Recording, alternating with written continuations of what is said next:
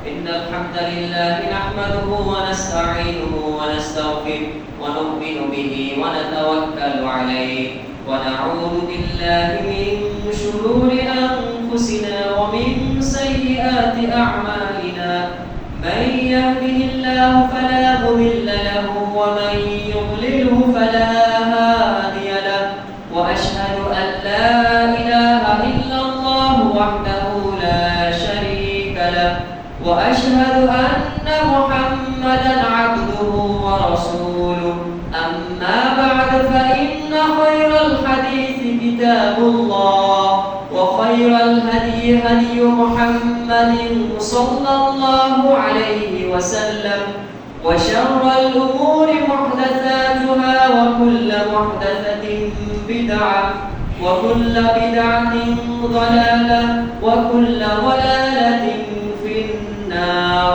أعوذ بالله من الشيطان الرجيم. بسم الله الرحمن الرحيم.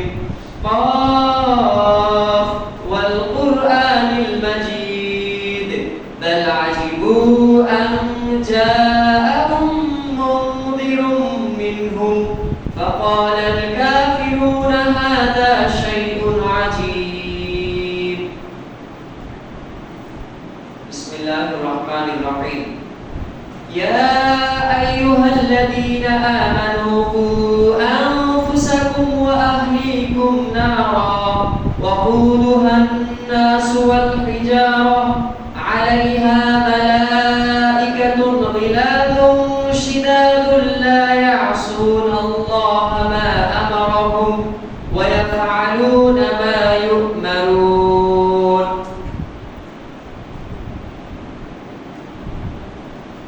عن عبد الله بن عمرو بن العاص رضي الله تعالى عنهما قال قال رسول الله صلى الله عليه وسلم مروا أولادكم بالصلاة وهم أبناء 7 سنين واضربوهم عليها وهم أبناء 10 سنين وفرقوا بينهم في المضاجع. رواه أبو داود وأحمد بإسناد حسن. প্রশংসা জ্ঞাপন করছি একমাত্র আল্লাহ রাব্বুল আলামিনের জন্য, যিনি আমাদেরকে আজকে জুমার খুতবার পূর্বে মসজিদে সুস্থ অবস্থায় উপস্থিত হওয়ার তৌফিক দান করলেন। সেই মহামহিয়ান গরিয়ান রব্বুল আলামিনের শুকরিয়া আদায় করছি। সবাই বলে আলহামদুলিল্লাহ। সালাত এবং সালাম বর্ষিত হোক এই পৃথিবীতে আগত প্রতিটি নবী এবং রাসূলদের উপরে, বিশেষ করে সর্বশেষে যিনি এসেছিলেন সেই মহামানবের উপর দরুদ এবং সালাম বর্ষিত হোক। সবাই বলি সাল্লাল্লাহু আলাইহি ওয়াসাল্লাম। প্রিয় উপস্থিতি, আজকে আমরা খুবই গুরুত্বপূর্ণ একটি বিষয় নিয়ে আলোচনা করব ইনশাআল্লাহ। আজকের আলোচনার বিষয়বস্তু হচ্ছে পরকালে বা বিচারের মাঠে নাজাত এবং শাফাআত নিশ্চিত করতে আত্মপক্ষে শক্তিশালী সমর্থন যোগানো এবং বিপক্ষে প্রমাণহীন জীবন গঠনের প্রস্তুতি।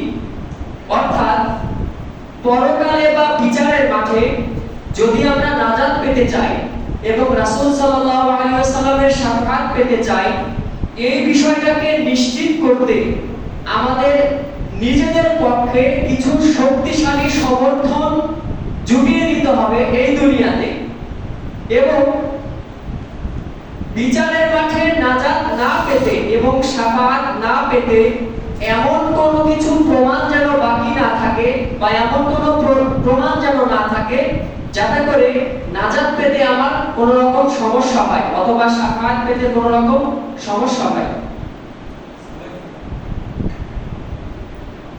সম্মানিত মুসল্লিয়ান কিরাম, প্রথমেই আমি আপনাদের সামনে একটি উদাহরণ টানতে চাচ্ছি। মনে করুন আমি বা আপনি একজন খুব অভাবী। কথাটা বা উদাহরণটা মনোযোগ দিয়ে শুনতে হবে। মনে করুন আমি বা আপনি খুব অভাবী, একজন দয়ালু কিন্তু অত্যন্ত সুশৃঙ্খল মালিক আপনাকে একটি কাজের সুযোগ দিলেন। শর্ত হলো আগামী 50 বছর তার দেওয়া নিয়ম মেনে অত্যন্ত নিখুঁতভাবে আপনি কিছু তার জন্য কাজ করবেন, বিনিময়ে 50 বছর পর তিনি আপনাকে একটি অনিন্দ সুন্দর রাজপ্রাসাদ এবং সারা জীবনের রাজকীয় ভরণ পোষণ দেবেন। কিন্তু মালিক একটি হুঁশিয়ারিও দিলেন যে কাজে যদি কোনো রকম ফাঁকি থাকে বা কোনো রকম শর্ত ভঙ্গ হয় বা দেখানো নিয়ম অনুযায়ী না হয়, তবে পুরস্কার তো মিলবেই না, বরং প্রতারণার দায়ে আপনাকে পরবর্তী 50 বছর জেলে কাটাতে হবে। আপনি 50 বছর ধরে প্রতিদিন হাজিরা দিলেন এবং কাজগুলো মালিকের দেখানো নিয়মের বিপরীতে নিজের মন মতো করলেন, ফলে কাজের কাজ কিছুই হলো না। মালিক যখন এবং যেভাবে আপনাকে করতে বলেছিলেন আপনি সেভাবে তা না করে দায়সারাভাবে সময় পার করলেন। এভাবে 50 বছর শেষ হয়ে গেল। এদিকে খুশিতে আপনি ঢোল তবলা বাজাচ্ছেন যে আজকে আপনাকে রাজপ্রাসাদ দেওয়া হবে এবং রাজকীয় ভরণ পোষণ দেওয়া হবে। কিন্তু মালিক যখন আপনার 50 বছরের কাজের ফাইল খুললেন, দেখা গেল সেখানে শুধু অবহেলা এবং শর্ত লঙ্ঘনের স্তূপ ছাড়া আর কিছুই নেই। সেই হিসেবে আপনি আপনার মালিকের কোনো কথাই তখন তোয়াক্কা করেননি। মালিক আপনাকে বললেন, তুমি আমার সাথে প্রতারণা করেছো, তুমি আমার অফিসে এসেছো ঠিকই, কিন্তু আমি যেভাবে চেয়েছি সেভাবে তুমি কিছুই করনি, বরং নিজের মন মতো করেছো। অতএব প্রকৃতপক্ষে তুমি কোনো কাজই আমার নিয়ম মোতাবেক তুমি করনি। সুতরাং রাজপ্রাসাদ নয়, বরং তোমার জন্য আজকে একটানা 50 বছরের অন্ধকার কারাগার অপেক্ষা করছে। তখন আমার আপনার মনের অবস্থা কেমন হবে? 1-2 বছর নয়, 50 বছর। বুক ফেটে অবশ্যই কান্না আসবে, নিজেকে পৃথিবীর সবচেয়ে ব্যর্থ মানুষ মনে হবে। এদিকে আপনার মালিক আপনি ছাড়াও অন্য অনেক ব্যক্তিকে এমন কাজ দিয়েছিলেন, তারা কাজগুলো ঠিকঠাক মতো করে পুরস্কার হিসেবে প্রত্যেকেই রাজপ্রাসাদ এবং আগামী 50 বছরের জন্য রাজকীয় ভরণ পোষণ পুরস্কার হিসেবে গ্রহণ করলেন বা তারা পেয়ে গেল, কিন্তু আপনি পেলেন না। তখন আপনার কেমন লাগবে? ঠিক একই ভাবে আমরা প্রতিদিন 5 বার আল্লাহর দরবারে হাজিরা দিচ্ছি, কপাল সেজদায় ঠেকছে ঠিকই, কিন্তু আমাদের অন্তর থাকছে প্রতিদিনের কর্মব্যস্ততায়, পরিবারের বা সংসারের চিন্তায়, বাজারের দোকানে, অফিসের ফাইলে কিংবা মোবাইলের স্ক্রিনে বা অন্য কিছুতে। আমরা নামাজে দাঁড়িয়ে আল্লাহর সাথে কথা বলছি ঠিকই, কিন্তু কি বলছি আমি নিজেই জানি না। নামাজের মধ্যে অন্তরে কোনো আল্লাহর ভয় নেই, কোনো আবেগ বা কোনো অনুভূতি নেই। আমাদের রুকুতে ধীরস্থিরতা নেই, সিজদায় খুশু অর্থাৎ বিনয় নম্রতা এবং ধীরস্থিরতা এবং আল্লাহর প্রতি ভয় কিছুই নেই। নামাজে কি পরিমাণ যে আমরা অপ্রয়োজনীয় নড়াচড়া করি তার হিসাব নেই। অথচ রাসূলুল্লাহ সাল্লাল্লাহু আলাইহি ওয়াসাল্লাম পূর্বেই ভবিষ্যৎবাণী করেছেন, যে হাদিসটি বর্ণিত হয়েছে আল মুআজামুল আওসাতের 4072 নম্বরে। রাসূলুল্লাহ সাল্লাল্লাহু আলাইহি ওয়াসাল্লামের প্রসিদ্ধ সাহাবী আবু হুরায়রা রাদিয়াল্লাহু তাআলা আনহু থেকে বর্ণিত, তিনি বলেন রাসূলুল্লাহ সাল্লাল্লাহু আলাইহি ওয়াসাল্লাম বলেছেন, ইন্নার রাজুলা লা ইউসাল্লি 60 সানাতান ওয়া লা তুকবালু লাহু সালাতুন, নিশ্চয়ই কোন ব্যক্তি দীর্ঘ 60 বছর ধরে নামাজ পড়ে অথচ তার একটি নামাজও কবুল হয় না। লাআল্লাহু ইউতিম্মু রুকুআ ওয়া লা ইউতিম্মু সুজুদা, যদি সে রুকু ঠিকঠাক মতো করে তাহলে সিজদা সে ঠিকঠাক মতো করে না। ওয়া ইউতিম্মু সুজুদা ওয়া লা ইউতিম্মু রুকুআ, আর যদি সিজদাটা ঠিক মতো করে তবে পূর্ণাঙ্গভাবে রুকু করে না। তাহলে রাসূলুল্লাহ সাল্লাল্লাহু আলাইহি ওয়াসাল্লামের ভবিষ্যৎবাণী বর্তমান সময়ে খুব ভালোভাবে পরিলক্ষিত আমরা করতে পারছি। আচ্ছা, আমরা কখনো চিন্তা করেছি যে আমাদের বয়স, যার বয়স যেমন হয়েছে, এত বছর ধরে নামাজ পড়ছি, এই নামাজটা আল্লাহর দরবারে কবুল হচ্ছে কিনা? আমি যদি কোনো মালিকের কাজ করি প্রতিদানের আশা রেখে, আমার মতো অবশ্যই একটা ইন্টেনশন, একটা চিন্তাধারা থাকা উচিত যে আমি যে ইবাদতগুলো করছি বা আমি যে দিক নির্দেশনা ফলো করে মালিকের জন্য কাজগুলো করছি, মালিক কি খুশি হবে? আসলে কি ঠিকমতো হচ্ছে? এই জন্য আজকে আমাদের জুমার বক্তব্যের বিষয় হচ্ছে পরকালে বা বিচারের মাঠে নাজাত এবং শাফাআত নিশ্চিত করতে আত্মপক্ষে শক্তিশালী সমর্থন। এই পৃথিবীর মধ্যে সবচেয়ে বড় শক্তিশালী আত্মপক্ষে যদি কোনো আমল যোগানোর ক্ষেত্র হয়ে থাকে তাহলে এক নম্বরে হচ্ছে 5 ওয়াক্ত সালাত। সুনানে তিরমিজির প্রথম খণ্ডের হাদিস নম্বর 430 413 প্রসিদ্ধ হাদিস, রাসূলুল্লাহ সাল্লাল্লাহু আলাইহি ওয়াসাল্লাম বলেছেন, ইন্না আউওয়ালা মা ইউহাসাবু বিহিল আবদু ইয়াওমাল কিয়ামাতি মিন আমালিহি সালাতুহু। একজন ব্যক্তির কিয়ামতের দিনে যত রকমের আমল থাকে সমস্ত আমলের মধ্যে সর্বপ্রথম তার নামাজের হিসাব নেওয়া হবে। বা ইন সালাহা, যদি তার নামাজের আমলটা সঠিক করে পরিগণিত হয়, সঠিক করে দিতে পারে, ফাকাদ আফলাহা ওয়া আনজাহা, তাহলে সে অবশ্যই সফলতা অর্জন করবে এবং জাহান্নাম থেকে মুক্তি পাবে।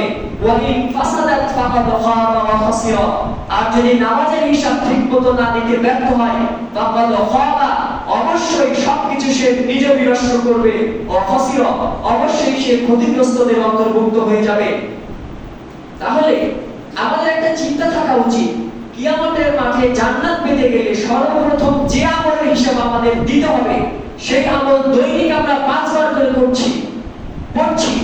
আসলে কি রাসূলুল্লাহ সাল্লাল্লাহু আলাইহি ওয়াসাল্লামের দেখানো পদ্ধতি অনুযায়ী হচ্ছে? যারা পড়ছি না তাদের কথা বাদ, যারা আমরা পড়ার চেষ্টা করি তাদের এই চিন্তা থাকা উচিত, বা তাদের জন্য আজকের জুমার খুতবা আসলে কি আমাদের সালাত হচ্ছে যে হিসাবটা সর্বপ্রথম আমাদের দেওয়া হবে। সমস্ত আমল ঠিকমতো আমরা করলাম কিন্তু সালাত ঠিকমতো হলো না, অথচ সালাতের আমল সবার আগে দেওয়া হবে। তাহলে সালাতের আমল দিতে যদি আমি ব্যর্থ হই, এখানে যদি আমি ঠেকে যাই, তাহলে পরের আমলের হিসাব তো আগে দেওয়া হচ্ছে না। এখানে স্পষ্টভাবে বলা হচ্ছে সালাতের আমলের হিসাব দিতে ব্যর্থ হলে অন্যান্য সকল আমলের ক্ষেত্রেও সে ব্যর্থ হবে। তার মানে যার নামাজ ঠিক তার অন্যান্য আমল ঠিক। যে ব্যক্তি সর্বশ্রেষ্ঠ সালাত এর মতো ইবাদত ঠিকঠাক মতো করতে পেরেছে, সৌন্দর্য মণ্ডিত করতে পেরেছে, অবশ্যই সে অন্যান্য আমলগুলো ঠিকমতো করতে পারবে। কারণ যে ব্যক্তি কঠিন বিষয়কে আঁকড়ে ধরে সে সহজ বিষয়কে আঁকড়ে ধরে না। যার কাছে যে কঠিন কাজটা সহজ তার জন্য সহজ কাজটা আরো সহজ, তাই না? এজন্য আমাদের এই চিন্তাটা আজকে থেকেই করা উচিত।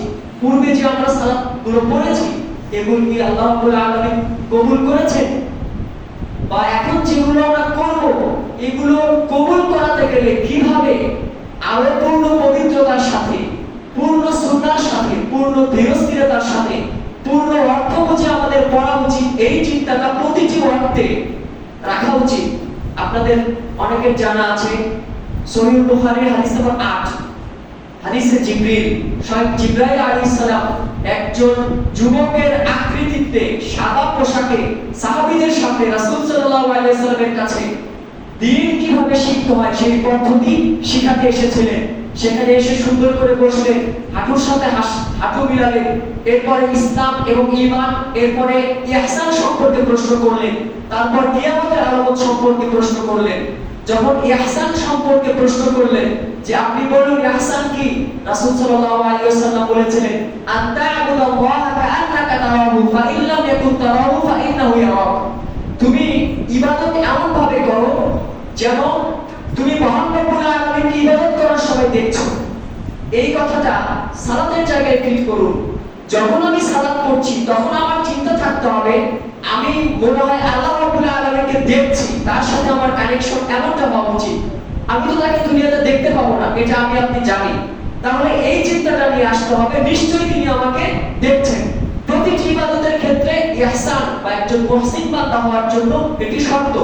প্রতিটি ইবাদত করার ক্ষেত্রে আপনার এটা মাথায় থাকতে হবে আল্লাহ রাব্বুল আলামিন আমার এটা দেখছেন, তিনি এটার হিসাব নেবেন, তিনি এর প্রতিদানও আমাকে দিবেন। তাহলে পরকালে বা বিচারের মাঠে নাজাত পেতে এবং শাফাআত নিশ্চিত করতে আত্মপক্ষে শক্তিশালী সমর্থন হচ্ছে 5 ওয়াক্ত সালাত ঠিকমতো জামাতে আদায় করা। পৃথিবীর কেউ এ পর্যন্ত কোনো আলেম ফতোয়া দিতে পারেনি বা দিবেও না, কারণ অনুমতি যেহেতু নেই যে একজন সুস্থ ব্যক্তি ইল্লাল খাউফা ওয়াল মারাদ, ভয় ভীতি এবং অসুস্থতা ছাড়া কোন পুরুষ ব্যক্তির জন্য এই রাইটস নেই, এই অধিকার নেই যে জামাত পরিত্যাগ করে বাসায় একা একা সালাত আদায় করবে।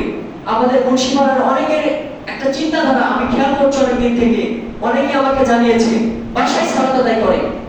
গত সপ্তাহে যে মুসল্লিরা এখানে সালাত আদায় করেছে তাদের মধ্যে এমন অনেক মুসল্লি ছিল শুক্রবারের পর আজকে পর্যন্ত এখনো আসে, হয়তো পরে আসবে, মাঝখানে কোনো সালাতই পড়ে নাই। আপনাদের খেয়াল আছে কয়েক বছর পূর্বে কোন একজন আলেম এখানে বক্তব্য দিতে এসে বলেছিলেন যে মুন্সিপাড়ার লোকজনেরা সালাত আদায় করে না। কথা তো মিথ্যা বলে নাই, অনেক সমালোচনা হয়েছিল, আমি তখন ছিলাম না।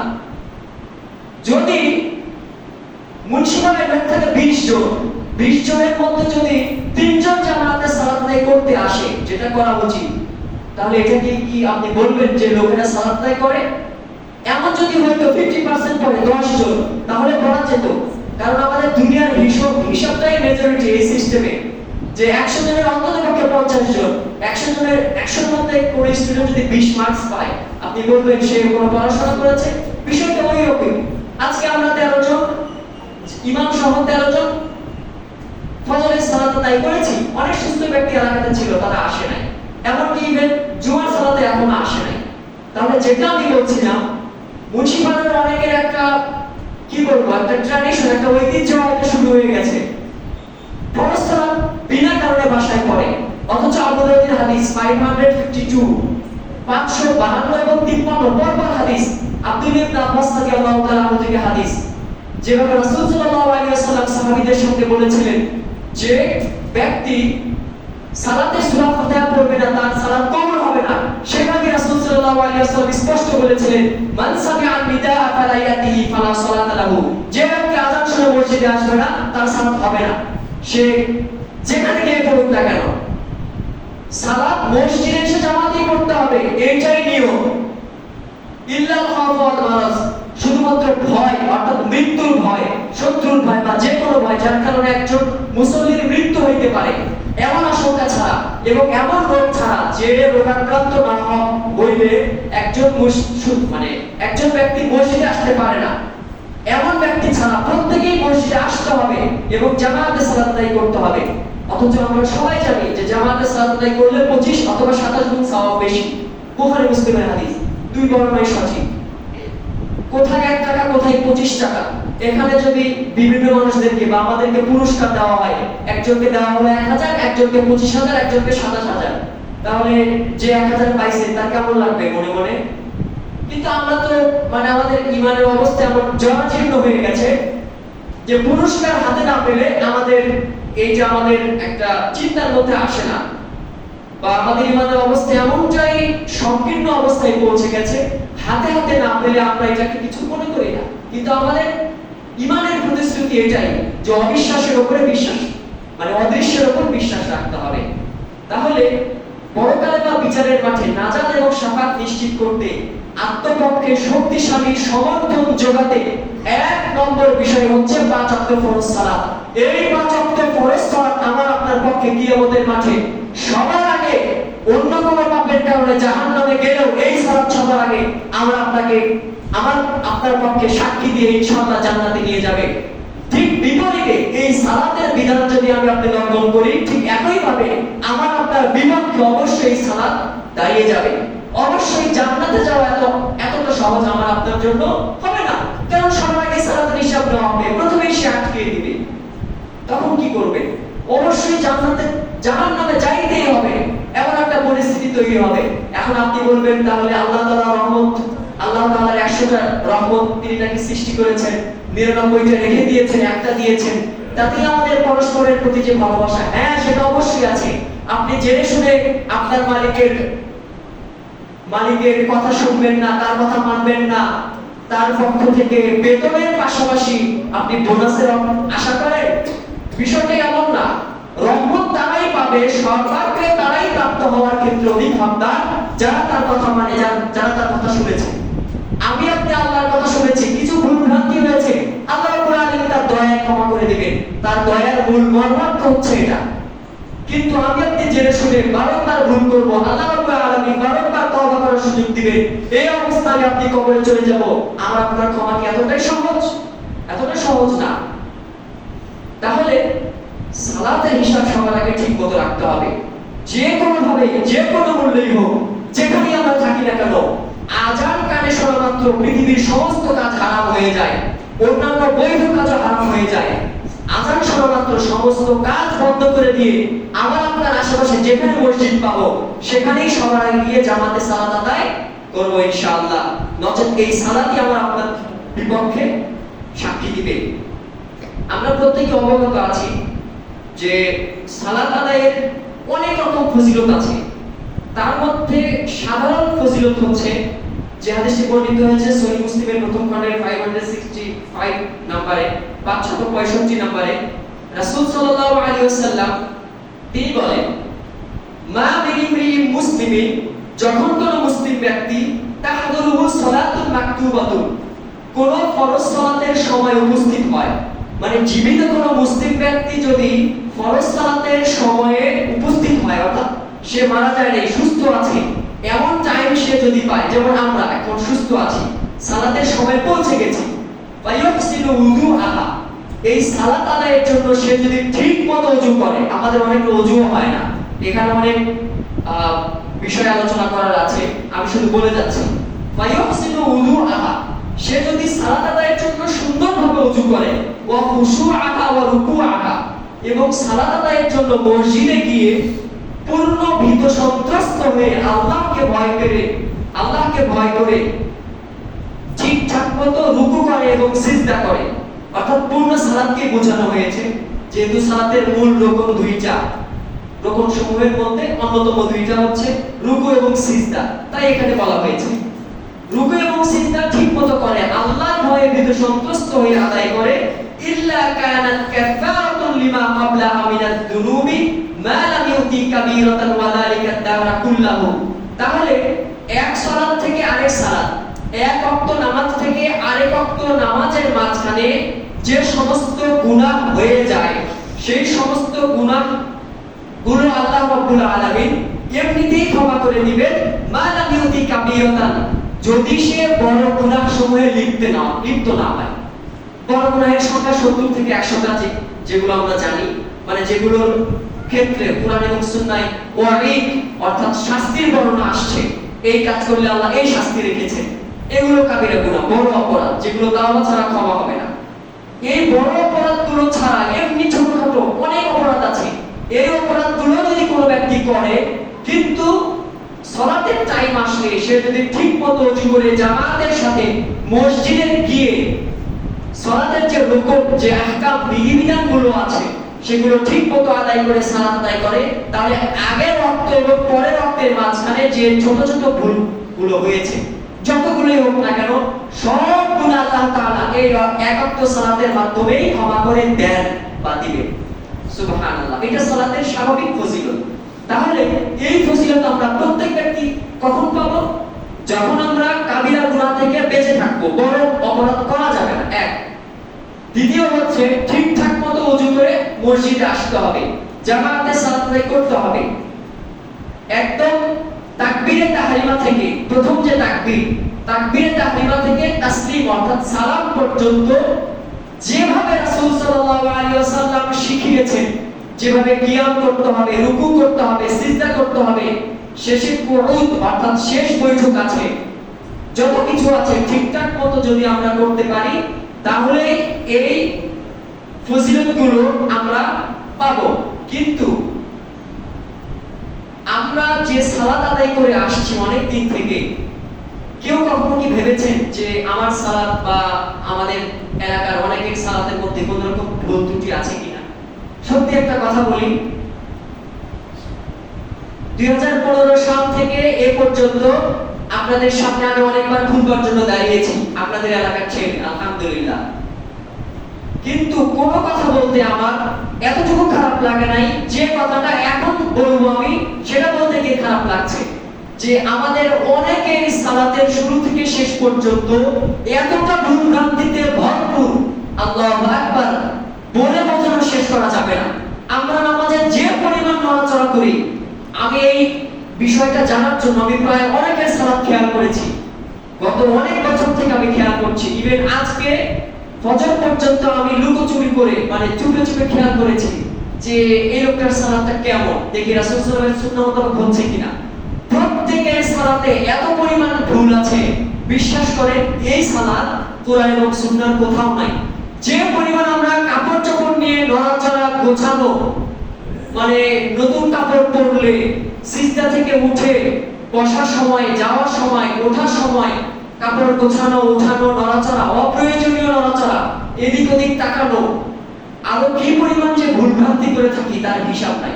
বিশ্বাস করার হিসাব নাই। যদি মনে হয় আপনার কাছে যে আমার সালাতটা ঠিক আছে কিনা, আমাদের মধ্যে যাদের জানা আছে সালাত কিভাবে পড়তে হয়, সবারই কম বেশি জানা আছে। যিনি ভুল করেন তারও জানা আছে, সবারই কিন্তু জানা আছে, তারপরও না বুঝে বা বেখেয়ালে ভুল করে ফেলে। তো যারা বেশি জানেন তাদের কাছ থেকে গোপনে একটু জেনে নেওয়ার চেষ্টা করবেন। এটা আন্তরিকভাবে আপনাদের প্রতি একটা আমার অনুরোধ থাকলো। আমরা দুনিয়াতে একসাথে আছি, প্রত্যেকে আমরা চাই জান্নাতে ওই একই সমাজভুক্ত হয়ে আমরা অবস্থান করি বা সহাবস্থান করি। এটা আমরা প্রত্যেকেই চাই, আমিও চাই, এবং আমি এটা মনে মনে এবং সরাসরি আল্লাহর কাছে দোয়া করি। এই জন্য এই কথার ভিত্তিতে প্রত্যেকের প্রতি আন্তরিক একটা অনুরোধ, আমার আপনার সালাতটা হয় কিনা একটু চিন্তা করে, যারা জানে বা আপনিও যেহেতু জানেন, একটু চিন্তা করে দেখবেন যে যেভাবে বিনয় এবং নম্রতার সাথে আল্লাহ আমাকে দেখছেন, আমি যেন আল্লাহকে দেখছি, এভাবে মুহসিন বান্দারা যেভাবে সালাত আদায় করে বা যেভাবে ইবাদত করে সেরকম হচ্ছে কিনা এটা একটু খেয়াল করবেন। আর নড়াচড়ার বিষয়ে যে কথাটা বললাম, আসলে রাসূলুল্লাহ সাল্লাল্লাহু আলাইহি ওয়াসাল্লাম প্রয়োজনীয় কাজগুলোর মধ্যে একবার করার অনুমতি দিয়েছেন। এই বিষয়ে প্রসিদ্ধ হাদিস রয়েছে সহিহ বুখারীতে 1207 নম্বরে, 1207। হাদিসটি সহিহ মুসলিমেও আছে 546 নম্বরে, 546 নম্বরে। মুআইকিব নামে একজন সাহাবী, তিনি বলেন আন-নবী সাল্লাল্লাহু আলাইহি ওয়াসাল্লাম ক্বালা ফির রাজুলি ইউসাফি তুরাবা ওয়া মাসাহা আল-খারা হাইসু ইয়াসজুদু।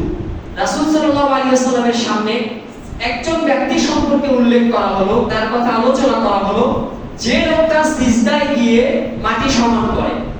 আমাদের মসজিদ এখন উন্নত, সারা পৃথিবীর প্রতিটা মসজিদ উন্নত। তখন তো মসজিদ নববী বালু এবং ছোট ছোট কঙ্করে বিছানো ছিল। সেটাই বলা হচ্ছে ওই লোকটা সিজদায় গিয়ে মাটি সমান করত, যে কাজটা সালাতের আগে করা উচিত। মাটি সমান করত এবং পাথর ছিল, সেই পাথরে সরাইতো, খুব ঘন ঘন এমন করত। ছোট ছোট পাথর থাকতো, কপালের নিচে লাগতো। তো এটা নামাজের আগে তো অবশ্যই সে তো অন্ধ না, তার তো উচিত আগে এসে দেখা আমার জায়গাটা পরিষ্কার আছে কিনা। আর আমরা আমাদের যে অবস্থা, আমি অনেকের খেয়াল করেছি, সিজদায় যতবার যায় ততবার ফু দেয়, ফু দিয়ে ময়লা পরিষ্কার করে করে আশেপাশের লোকদেরকে আরো ছড়ায় দেয় ময়লাগুলো। অনেকের অভ্যাস আছে, মানে অনেক ভুলভ্রান্তি আছে, আমি বলে শেষ করতে পারবো না।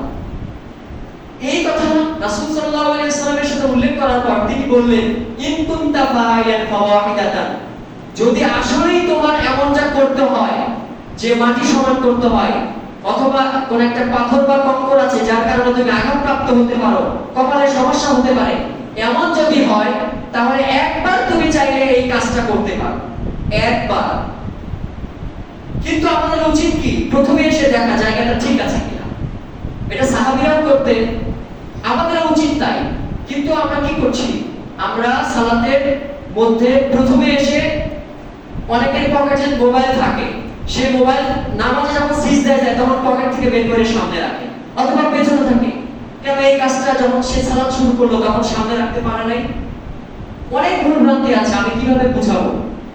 বিশেষ একটা মেজর ভুলভ্রান্তি গুলোর মধ্যে একটা হচ্ছে, আমি ছোটবেলায় এখান থেকে শিখেছি, অর্থাৎ মুন্সিপাড়া থেকে শিখেছি, কিন্তু এটা যে কোথায় থেকে এসেছে তা আমি নিজেও জানি না।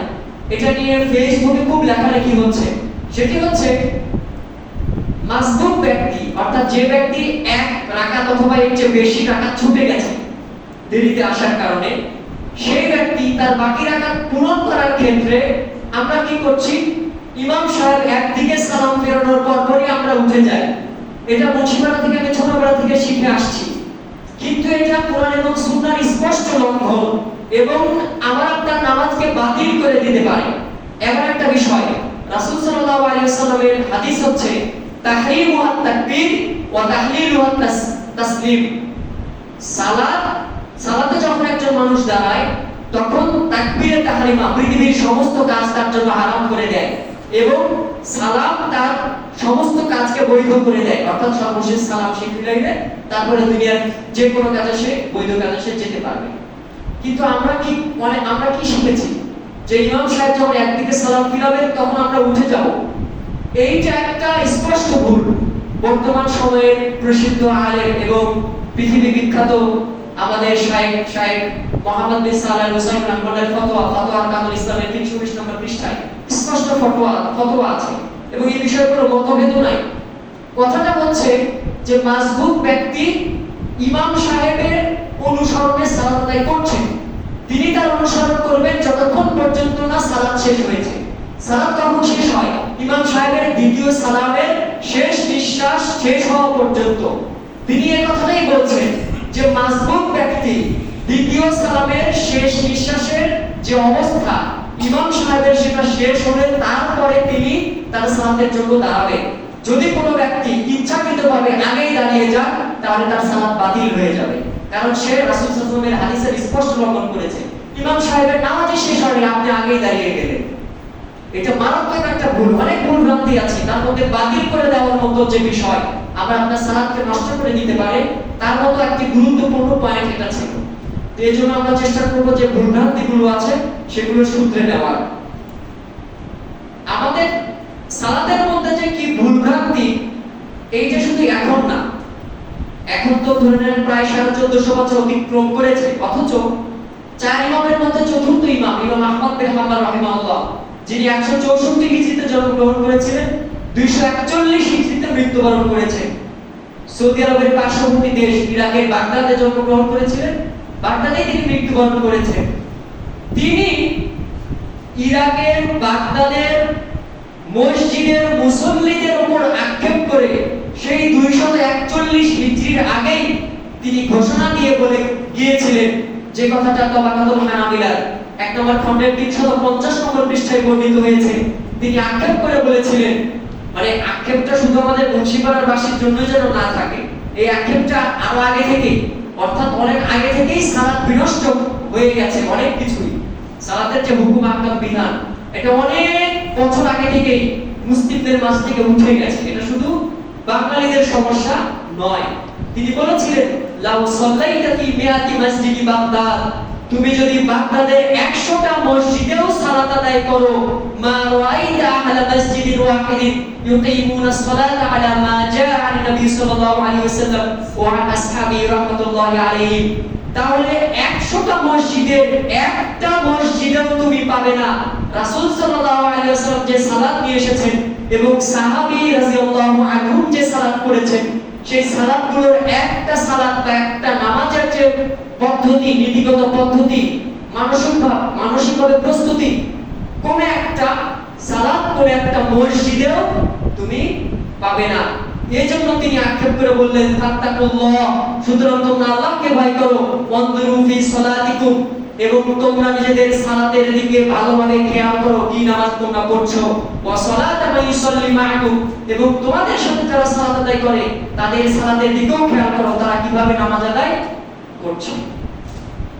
এই মন্তব্যটা উনি যদি সৌদি আরবের পার্শ্ববর্তী যে দেশের ভাষা আরবি, ইরাকের ভাষা আরবি, ইরাকের লোকে 241 হিজরির পূর্বে, অর্থাৎ প্রায় 1200 বছর পূর্বে তিনি এই মন্তব্য করে যান, তাহলে আমরা ইসলাম পেয়েছি কিভাবে? সৌদি আরব থেকে বের হয়ে ইরাকে প্রবেশ করেছে, ইরাকের পর জগা খিচুড়ি মার্কা ইরানে প্রবেশ করেছে, ইরাক থেকে আফগানিস্তান, আফগানিস্তান থেকে ভারতীয় উপমহাদেশের জগা খিচুড়ি হয়ে তারপরে আমরা ইসলাম পেয়েছি। তাহলে আমাদের ইসলাম পাওয়াটা বা প্রকৃত ইসলামের রূপরেখা পাওয়াটা কতটা কঠিন। অথচ বিখ্যাত একজন মুহাদ্দিসের মন্তব্য শুনে ইমাম মুহাম্মদ ইবনে শিহাব আজ-জুহরি রাহমাহুল্লাহ 124 হিজরিতে ইন্তিকাল করেছেন, যিনি পৃথিবীর মধ্যে প্রথম হাদিস লিখেছেন গ্রন্থ আকারে। মুহাম্মদ ইবনে শিহাব আজ-জুহরি, যিনি ইবনে শিহাব আজ-জুহরি নামে পরিচিত, বিখ্যাত একজন তাবেঈ ছিলেন, তিনি ইরাকবাসীদের দিকে লক্ষ্য করে বলেছিলেন, রাগ করে বলেছিলেন, ইয়া আহলাল ইরাক ইয়াখরুজু মিন ইনদিনাল হাদিসু শিবরুন ওয়া ইয়াসিরু জিরাআন, হে ইরাকবাসী, আমাদের মদিনা থেকে এক বৃহৎ পরিমাণ একটা হাদিস বের হয়ে যায়, আর আর তোমাদের ইরাকে গিয়ে সেটা হয়ে যায় 1 হাত লম্বা। ইরাকে প্রতিটি বিভ্রান্তিকর দল সাহাবীদের মাঝামাঝি জামানায় প্রতিষ্ঠিত হয়েছে, দলগুলো তৈরি হয়েছে। এই বিভ্রান্তিকর দলগুলো যেমন শিয়া, খারেজি, বিশেষ করে এই দলগুলো জাবারিয়া, কাদারিয়া, জাহমিয়া, খারেজি, মুআতাজিলা, এরকম বিভ্রান্তিকর অনেকগুলি দল আছে। এই দলগুলোর আবির্ভাবের কারণে তিনি ওই দলগুলোর প্রতিষ্ঠাকারীদের দিকে এবং তার মতগুলোকে অনুসরণকারীদের প্রতি রাগ করে এই কথা বলেছিলেন যে রাসূল সাল্লাল্লাহু আলাইহি ওয়াসাল্লামের এক বিঘত পরিমাণ ছোট্ট একটা হাদিস, যেটা সঠিক, এই এক বিঘত পরিমাণ একটা হাদিস তোমাদের ইরাক পর্যন্ত যেতে গিয়ে সেটা 1 হাত লম্বা হয়ে যায়। মানে সেটাকে তোমরা মডিফাই করে নিজেদের বক্তব্য সেটাতে মিশিয়ে রাসূল সাল্লাল্লাহু আলাইহি ওয়াসাল্লামের নামে চালিয়ে দাও। এজন্য আমরা কিন্তু ইরাকের বাসিন্দাও না, এটা 124 হিজরিও না। এই 1450 বছর পর এতটা 2,500 মাইল এত দূরের দূরত্ব হয়ে আরো প্রায় 1250 বছর পরে যদি আমরা ইসলামের আসল রূপরেখাটা পেতে চাই, তাহলে অবশ্যই আমাদেরকে কোরআন এবং সহিহ সুন্নাহর দিকে ফিরে আসতে হবে।